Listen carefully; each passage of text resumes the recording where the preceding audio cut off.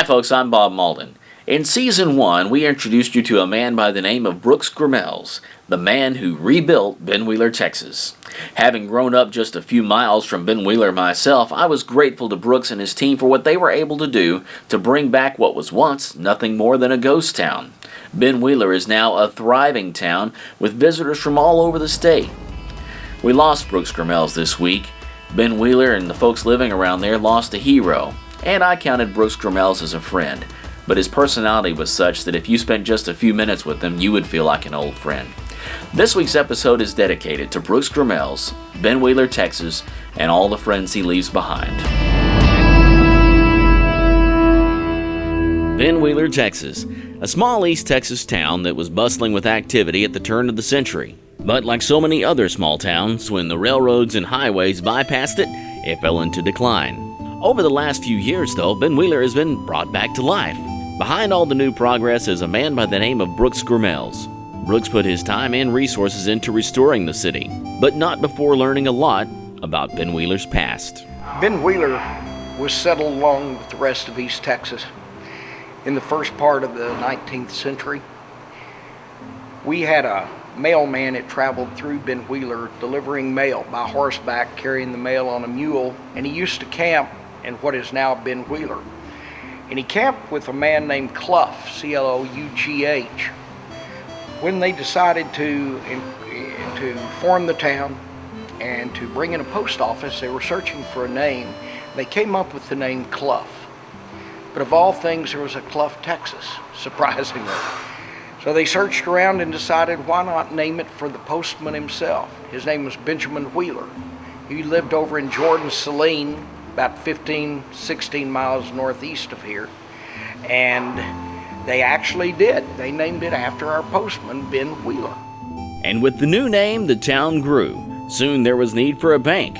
A group of men chartered First State Bank of Ben Wheeler in 1911. I bank, like most people here in town, with First State Bank Ben Wheeler. And on the wall is a watercolor, and it shows a one-room building with embossed tin on it, kind of in the pattern of brick. But you know it's tin, it's not brick. And in looking at it, I was told that was the first bank building.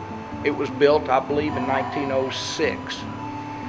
Didn't think any more about it. One day, a fellow around here named Delbert Price came to me. He said, I know where that bank building is. I said, it's still around? He said, oh yeah. He said, Wesley Chandler bought that bank building and moved it over to his place to store cattle feed in it. And he offered to show it to me. It's about half a mile from here. I can show it to you. It's grown up so much, it cannot be moved. It would be too fragile. And it's a shame. It's going to sit here and eventually just deteriorate. But it's just so interesting to see the original bank building, to see the new one. They just celebrated their 100th anniversary 2 years ago. One of the older privately owned banks in the state, and there is the original structure. With that, it was time to hit the road. We weren't sure what would be left of the old building. For years, it's been used as nothing more than a barn. As we pulled into a driveway off Highway 64, I was surprised when we stopped next to a clump of trees. But there, just beyond the brush, was the original First State Bank of Ben Wheeler. There's no mistaking what it is, the very first bank. You look at it and you just think, you know, this thing's 100 years old. It just touches you.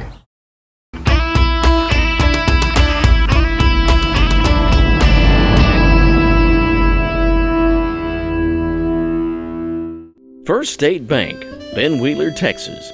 Chartered in 1911 and housed in a one-room shack. That building was thought to be long gone from the town until word got back to a man named Brooks Gremmels that the building was still around and had been moved years ago to a farm just east of town. The very first State Bank of Ben Wheeler. This building's over 100 years old, and here it is hidden in the trees. Wow. This is it. The original Ben Wheeler. And you have to go to the bank and see the oil painting. There's no mistaking what it is, the very first bank. You look at it and you just think, you know, this thing's 100 years old. It just touches you. This building was moved out here, right? This building was picked up and moved out here. It moved The bank started here, it moved into a building downtown, and it remained there until they opened the third building. We're actually on the third one right now. But you can see it's getting ready to go back to nature if something doesn't happen, and there's really just no way to save it. It's in such disrepair. We've looked at trying to prop it up, and I'm afraid this is just a part of history that's going to disappear like so many other things over a period of time. I'm just glad that we know where it is, and you can get a little recognition while you can. Brooks told us why it would be nearly impossible to restore the old building and move it back to downtown Ben Wheeler. Is that all the framework has been taken out of the floor. There are no floor joists, there is no floor in the building. Instead, they poured this footing around it and set it on top of that. But the more he talked about it, the more he seemed to talk himself into it. It's conceivable that you could put joists and a floor back in it to enable you to pick it up. We've moved a 100-year-old schoolhouse in 4 sections. We've moved a one-room church 100 miles. Our man Johnny Northcutt is the person out of Emory who moves all of our buildings. He might be up for it. I'm not sure I would be. Or maybe not. And I'm not sure it's not better to know where it is and to bring the people that really care about historical artifacts over here to find it in the woods like this. It's wonderful to be able to move things and rehab them, but for a single individual, it's a load. It gets to be expensive and time consuming, and moving it isn't really the issue. The real issue is after you get it there, trying to put it back in shape. And there is not a straight line, a square, plumb, anything in these buildings. And I mean, it's more than a labor of love, it's an expensive proposition. So I think maybe we'll let this remain a hidden treasure here in the woods of East Texas.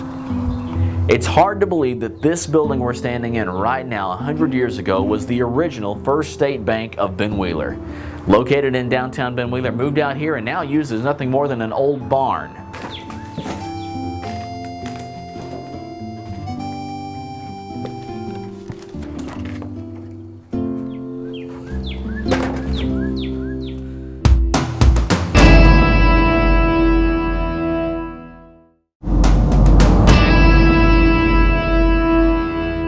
It's often the case in small towns that progress has passed by, that buildings begin to crumble and nature begins to reclaim what was once hers. That was the case in Ben Wheeler, Texas, until Brooks Gremmels came to town. Brooks and his team restored Moore's store along with the rest of the town, but it was what they found in the woods behind Moore's that caught our attention. We didn't know about it. I'd heard a rumor that there were creeks back in there, but it was so thick you couldn't get through it. There was no way without machetes and a chainsaw to even venture into that mess back there. What Brooks is referring to is the discovery of 2 creeks beautifully paved by the WPA in the 1930s with concrete and stone. At some point they were neglected, then forgotten for generations, until Brooks and his team cleared the brush and started the painstaking process of restoring the creek. All right, Brooks, so I'm anxious to see the creek that you guys have reclaimed, that you uncovered in the woods, and you say it's just right out here, starting behind Moore's store? Starting behind Moore's store and across the streets where we've really done the most work. Clearing 9 acres of dense brush was the first step in finding the creek. Meanwhile, all around, Ben Wheeler was going from ghost town to boomtown. It's taken about 3 years to get this far. Really?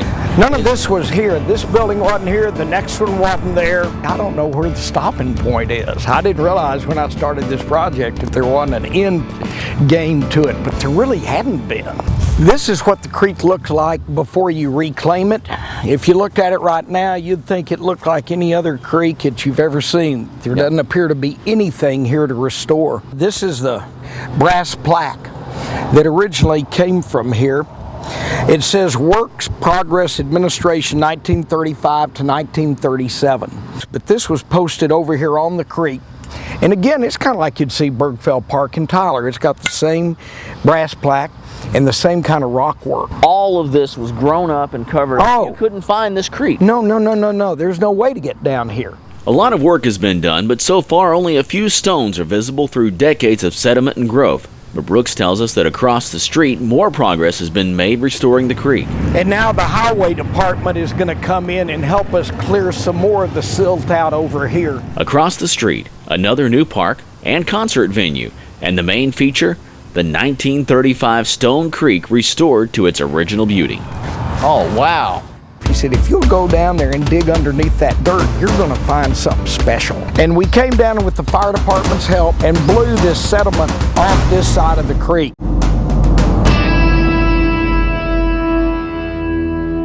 The town of Ben Wheeler, Texas was largely abandoned until this man, Brooks Gremmels, and a team of devoted Ben Wheelerites took on the task of restoring the town. In the process, they uncovered a WPA project that had been buried beneath sediment and brush for decades. They began unearthing a stone waterway, and in one area of the town, it's been fully restored. Oh, wow. This represents 2 years of work during a time when people really needed some work. And left permanent improvements. These are lasting improvements that they built. These are not temporary. But this is what it was down below on the left. There's no way I would have even known it was under there. Right, and this is what it looked like over there. So who informed you guys that there's actually this Again, it was a fellow by the name of Delbert Price. Man, it's lived here his whole life. He said, if you'll go down there and dig underneath that dirt, you're going to find something special. You can see that it begins way up here, and the whole thing was covered, and it's covered fairly thickly in here. This is a foot deep. And we came down with the fire department's help, took 8,500 gallons of water and blew this sediment off this side of the creek. This is so deep over here, we're gonna have to actually get down here and use shovels on it. When you come out with this beautiful rock work right here. And from now on, I can tell you, at least as long as I'm living, this thing is gonna stay like this so people can appreciate what happened. And of course, with a town Ben Wheeler's age, there were plenty of other treasures to see. Bob, over here, you can see an old slab. It used to be a grist mill. It's where they brought the corn. This was really the light industrial part of town, if you will. Now, I noticed because this is the kind of thing that I catch when we walk up on something like this, I noticed there's a large chunk of concrete over here. What is that? It's so big we sure can't move it. That's the base for the old cotton gin. Like I was saying, I guess you'd call this the light industrial part of town. There was a cotton gin over there, and there was a grist mill here. And I'm sure there is a blacksmith shop here. I'm sure when you look at this area, this really is where things got fixed, things got made, things got produced. Wow. Brooks continues his labor of love in Ben Wheeler, growing, expanding, and restoring the old town. And next time you're through Van Zandt County, he invites you to stop in for a visit. Once you bring it back, you want people to know it and to treasure it, and to remember it. Boy, at one time, there were 5 restaurants here in town at one time. You had 2 mercantile stores, you had a bustle in town, you had everything, tailors, barbers, you name it. Ben Wheeler was like so many other rural communities. People didn't travel far. They needed to buy their merchandise, their supplies locally. They didn't drive back and forth to Tyler. So Ben Wheeler prospered until, like so many other towns, after World War II, boys came home and they said, can't put the boy back on the farm. And it was really the truth. Guys had seen so much overseas. They saw so many opportunities. You could build Fords in Dallas. Your roads were better and you could get around, and you had cars that were dependable. One thing led to another, and people began moving away from our little rural towns into the urban centers. Ben Wheeler got hit too. It didn't help at all in the late 60s when Ben Wheeler School was consolidated with Vans. When that happened, it took the heart out of the town, the best I can see. It was probably something that had to happen. There weren't that many children left in school. That's a fact. So when they went to Van, they had more of a social life and so on and so forth. But it really did make an impact here in town. Our bank moved out on the new highway. Highway 64, it now goes around town, wasn't there. Our highway right out front, it's depicted in this mural behind me, is Highway 279, the old Dixie Highway. And the old Dixie Highway was converted into a State Highway 279, and it became the way that you got from Edom through Ben Wheeler while main traffic went around us on the newly constructed 64. So between, I guess, the bank moving out of town, the highway moving around town, the school going to van. All of those things worked in concert to really hit this little town pretty hard. I grew up in Tyler, went through Edom and Ben Wheeler my whole life on the way to Dallas. When we decided to retire, my wife Reese and I, we looked around down here for some place outside of town. I didn't want to go back into Tyler. I wanted to be out in the country, and we found a place midway between Ben Wheeler and Edom and moved there. We didn't have any plans at all to do anything here. I spent all my time in Edom. It's a great little town. And as I looked over here, I kept thinking, well, it seems like you could do the same kind of thing that you're doing there and rehabilitate what basically had just fallen into rack and ruin. This store that we're sitting in now had been closed for 15 years. There were no stores next door. We moved those in. There was no roof, no windows or doors in that building. The weeds had grown up, and Ben Wheeler just wasn't anymore. So we started trying to clean it up. Bought a couple of houses and actually dug a hole and buried them. These were houses that just were leaned over. It looked like nobody cared. After we did it, we created a sign that says Ben Wheeler Matters. I don't know where that came from, but I put it up over here in what's now a park. It says Ben Wheeler Matters with exclamation points. And I think everybody kind of started getting the message. It does matter. We still got the bones here. We can save this thing. First thing we did was we held a 4th of July party and had no idea if anybody would come out. We offered free hot dogs, bands played.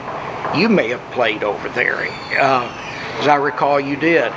And we had about 2,000 people.